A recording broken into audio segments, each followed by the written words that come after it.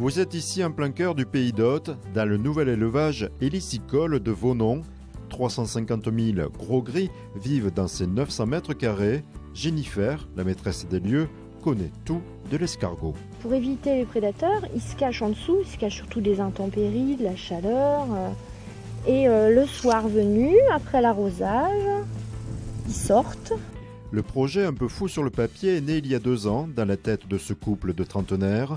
Le parc a ouvert ses mangeoires au printemps 2015 après une étude de marché et de nombreuses lectures et rencontres avec des spécialistes du sujet. L'idée, elle est venue tout simplement à la base d'une envie de changer de vie professionnelle et de changer de vie tout court pour les enfants. Et surtout, il est né d'une passion. Depuis toute petite, dès qu'il pouvait y avoir une émission qui passait sur l'escargot, j'étais la première devant.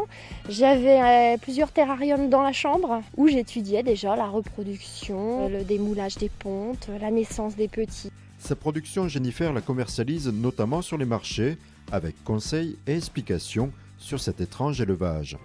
Une fois que le four est bien fort, vous enfournez directement. Oui.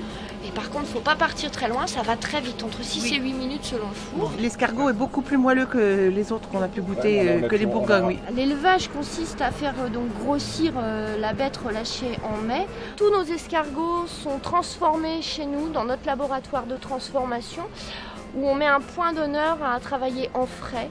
Tous les escargots sont courbouillonnés au chablis et revendus sous forme classique, en coquille ou en croquille, sans oublier les tout nus.